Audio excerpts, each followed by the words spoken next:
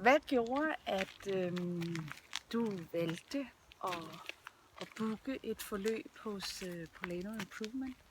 Jamen, i første omgang var det jo fordi, at du søgte en prøvekanin i forbindelse med din uddannelse. Og så har vi jo altid haft nogle utrolig gode snakke, når det er, vi har siddet i salongen, og du har ordnet mit hår. Ja. Så derfor tænker jeg, det er simpelthen for spændende til at sige nej til. Ja. Og prøve at finde ud af, hvad er det, der ligger i det der coaching, og hvad er det, du kan. Fordi jeg ved, at du er god til at snakke med folk, og du er god til at spørge ind. Så hvis man nu fik det sat mere i et forløb, perspektiv, så det var ligesom det, der i første omgang sagde, det skal jeg prøve. Mm. Og det førte jo så videre. Hvad gjorde det så, at du ligesom startede i sådan et forløb? Hvad gjorde det ved dig? Jamen, det gjorde jo rigtig, rigtig mange ting. Det var benhårdt, specielt i starten. Ja. Fordi man bliver jo udfordret på nogle af de ting, som man godt ved inde i sig selv, men som man ikke rigtig sætter ord på, eller som man gemmer væk. Ja. Og det er jo i hvert fald en af de ting, som jeg sætter rigtig stor pris på ved at bruge dig som min coach, det er, at du er rigtig god til at komme ind bagved og hive fat og holde fast i de der ting, som man måske gerne, eller som jeg gerne så selv der er vil ikke ligesom... rigtig mulighed for at snige sig udenom, når man kommer i kløerne? Nej, absolut ikke. Du bliver hængt fast, og du bliver... Det du gør er jo også, at du er rigtig god til, når vi har vores coachingsforløb, at mærke efter og følge efter, hvor er det, jeg er henne. Og så har jeg indtryk af, at så retter du på nogle ting undervejs og siger, okay, nu skal vi lige lave en øvelse her. Det var måske ikke det, du havde planlagt oprindeligt, da jeg kom, men du mærker efter også i dig selv og siger, det er det, vi skal i dag. Mm-hmm. Jeg kan huske en session, hvor jeg kom hos dig, hvor jeg sådan startede med at sige, at jeg havde en overvejet at aflyse, for jeg vidste ikke rigtigt, hvad vi skulle i dag. Og det er nok en af de sessioner, jeg har haft allermest ud af, fordi der kom vi til at snakke om en masse andre ting. Ja. Så hvad helt specifikt var det ved lige præcis den situation, som gjorde, at det gjorde stort indtryk på dig? Jamen, jeg tror, det er det der med, at man begynder så at føle efter på sig selv. Hvor er jeg henne, når jeg nu sidder her? Ja. Og sidder og snakker om og siger, jeg tror egentlig ikke, der er noget. Jo, det er der jo så alligevel, ikke? Ja. Hvis du kan følge mig. Det kan jeg meget vel følge dig i. Og det er jo super dejligt, at du vil dele med os, hvad det har gjort ved dig. Og være i sådan et forløb. Hvad tænker du vil anbefale i forhold til, at det lige skal være Polano Improvement? Jamen, for det første dig som person. Ja. Uden at det skal lyde som en flødekage, han er sig. Men du er så meget på, og så meget inde under huden på dine klienter og dine kunder, at man føler sig i utroligt trygge hænder. Ja. Det er benhårdt. Ingen tvivl om det, og jeg er hammertræt, når jeg går fra dig. Ja. Men jeg går også fra dig med nogle ting, jeg kan tage med hjem og arbejde videre på. Og jeg går derfra dig med en følelse af, at du virkelig interesserer dig for at hjælpe mig som person til at komme videre. Okay, dejligt. Så alt i alt med det her benhårde arbejde, du har været igennem på den personlige front. Hvor står du henne nu? Jamen, jeg står jo et sted, hvor jeg føler mig som en meget, meget stærkere person. Jeg har jo haft et år, der har været præget af rigtig mange forandringer og stress og nyt job osv. Og der har du været med til at få mig grounded og har givet mig nogle værktøjer til, når det er, at det ser for sort ud.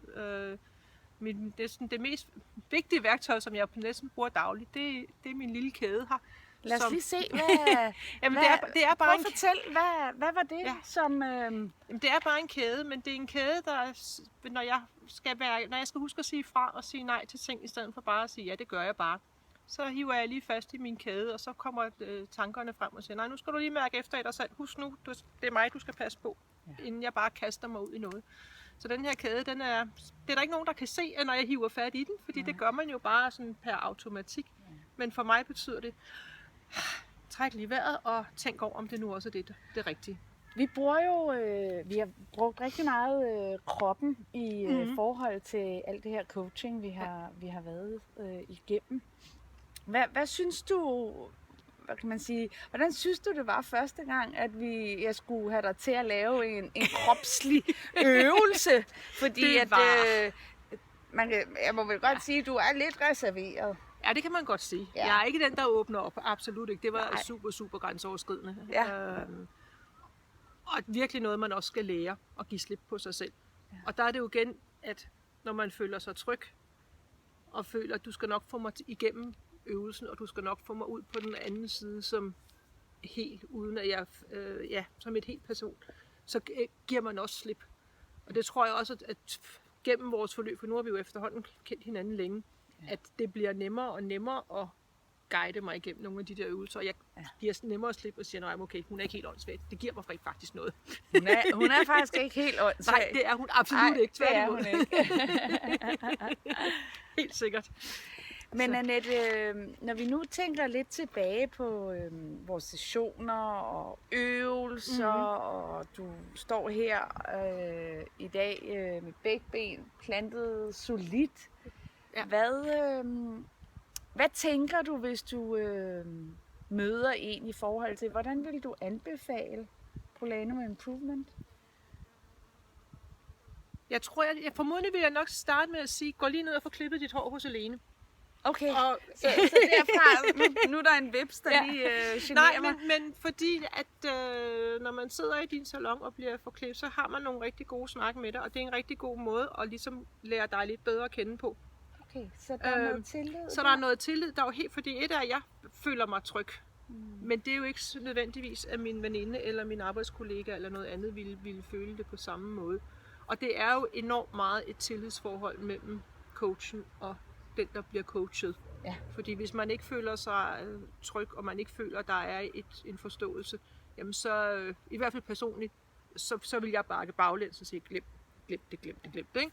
Så først så vil du anbefale frisøren Helene Polano, yes.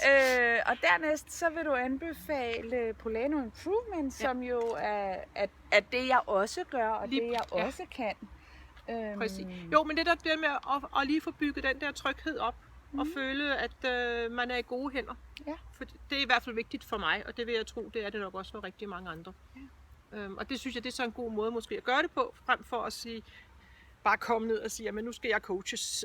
Fordi måske den der måde har du også en måde, eller en mulighed for at ligesom kunne spore dig ind på, hvad er det så for en person, jeg sidder overfor. Ikke? Ja. Fordi det er jo også vigtigt for dig, og vil jeg tro, at om du føler, at det er en person, jeg rent faktisk kan. Det er jo meget det, der ligger i en første, kan man sige, en første session. Det er den her, jamen passer vi to sammen? Ja.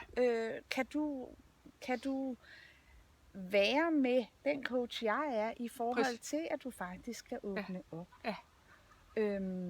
Og det er jo altid klienten, der vælger, om det kan jeg godt, eller det kan jeg ikke. Og det er jo enormt meget bygget på tillid. Ja. Så i forhold til ligesom at gå ud i verden med alle de gode værktøjer, du har fået her, hvor er det alt sammen landet i dig? Jamen det er jo landet der, at jeg bruger dig jo stadig. Ikke så meget i et fast forløb mere, men mere, når der er, tingene de brænder lidt på, eller jeg lige skal groundes og huske på mine gode værktøjer, ikke? Så vender jeg jo tilbage og bruger dig på den måde. Ja. Så jeg har jo ikke givet slip. Nej. Jeg har ikke noget fast forløb lige i øjeblikket, men jeg bruger der jo stadigvæk 2-3-4 gange om året, ikke? Hvor jeg siger, nu skal vi lige... Og det er jo fantastisk også at vide, at man kan starte med et forløb, men man kan måske også bare i forhold til, at der er noget, der brænder på, ringe eller komme forbi, og så få sådan en one-to-one, som vi kalder det, snak om, det her, det er sgu lokummet brænder. Ja. Jeg har brug for noget rådgivning. Jeg har lige brug for også lige at måske blive husket lidt på, at der var nogle ting, som jeg rent faktisk var blevet rigtig, rigtig god til at bruge mig selv på. Men fordi man så røg ind i en eller anden dum situation, så glemmer man jo tingene en gang imellem. Og så lige huske på, kom nu lige tilbage her. Ja. Og så har vi også haft nogle, hvor vi så også har haft en enkelt snak, og vi så er blevet okay, vi skal nok lige have anden, tredje, fjerde snak med os, ikke? Fordi så det er ikke alt, der bare kan løses på en time. Det er jo sjældent, at tingene bare lige kan løses på en time. Præcis. Men det er jo dejligt at vide, at når du ved, tingene trykker, at der er, kan man sige, at du ved, hvor du skal henvende dig i forhold til, hvad der er godt for dig. Præcis. Og også det der med at have en professionel at henvende sig til, og ikke bare en veninde. Ja. Fordi så hvad er forskellen på det, at det faktisk er en professionel, der går ind i den her venindesnak? Jamen det betyder jo, at fordi du kommer med din uddannelse, og du ved en masse om, hvordan du skal hive folk tilbage igen.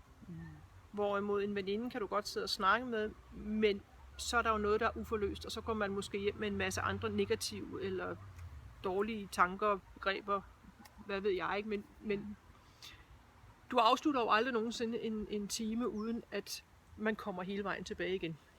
Så det er jo sådan lidt frem og tilbage, ikke? Med det, for lige at forklare det, sådan, så kan man sige, at man kommer lidt nedtrykt, og man pakker sig selv ud, og man bliver udfordret lidt igennem, igennem den her session.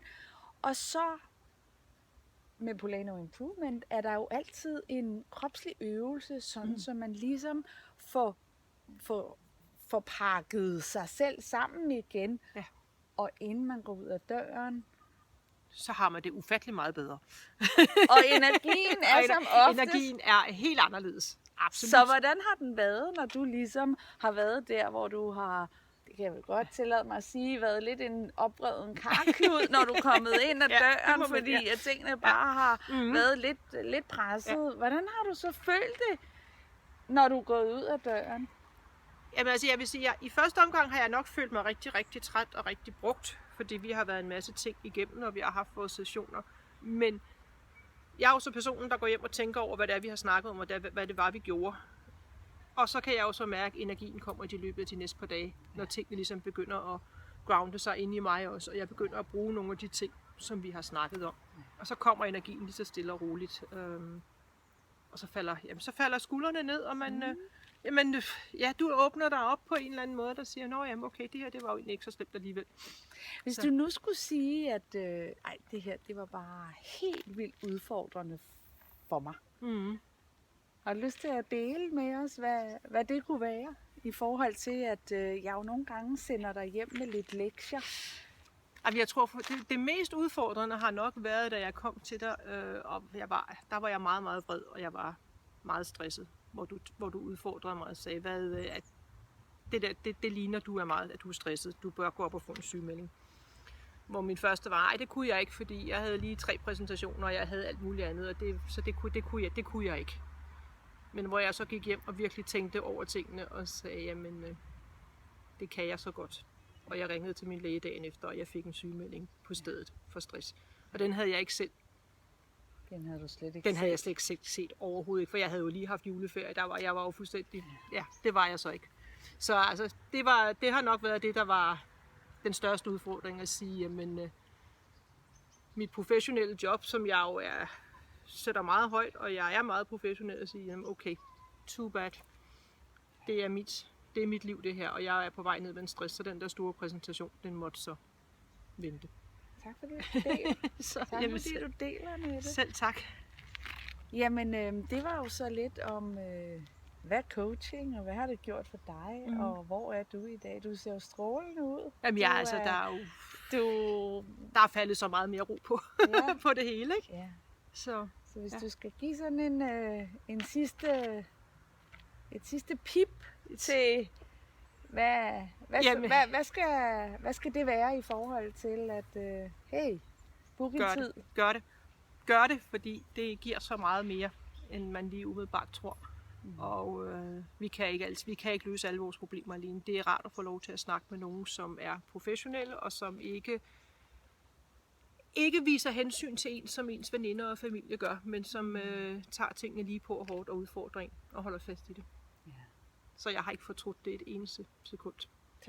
Så udfordrende, men fantastisk. Tak. Selv tak. Tak for det.